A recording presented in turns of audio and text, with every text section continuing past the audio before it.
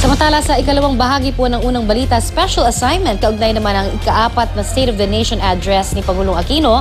Pinunsuhan namin ang ilang senador mula sa administrasyon, oposisyon at maging isang baguhan. Sa kung ano ho sa tingin nila ang tunay na State of the Nation. Panoorin po natin ito.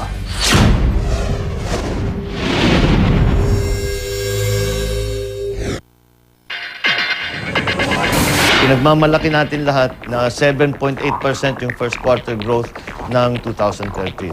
Pero kasabay dun, 7+% ang unemployment rate. Hindi lang to obligation ng national government, di ba? Nandiyan din ang responsibility ng local government to tie up with the business sector. May mga naghihirap talaga na kailangan ng konting tulak para naman umangat.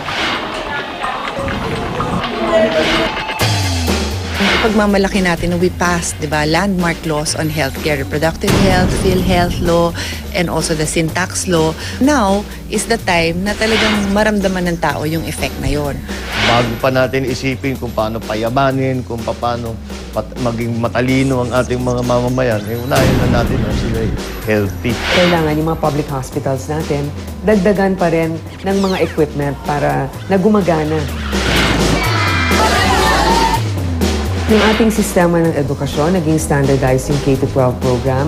Kailangan natin magbuhos ng resources para maging talagang effective yung program na yon. Kinukumpara kung magkano ang pinupondohan ng pamahalaan sa bawat estudyante at kinukumpara natin sa Singapore, halimbawa, sa Thailand. At doon talaga kitang-kita na napakalayo pa natin.